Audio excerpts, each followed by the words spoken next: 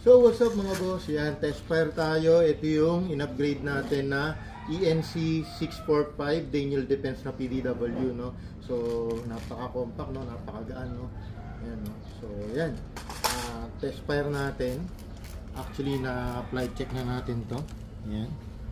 So naka-Laudinor siya, full metal, kulay gray, saka PDW backstock, no? So yun yung battery assembly niya nasa likod, no? So ayan, naka-polymer tayo, naka-amot type.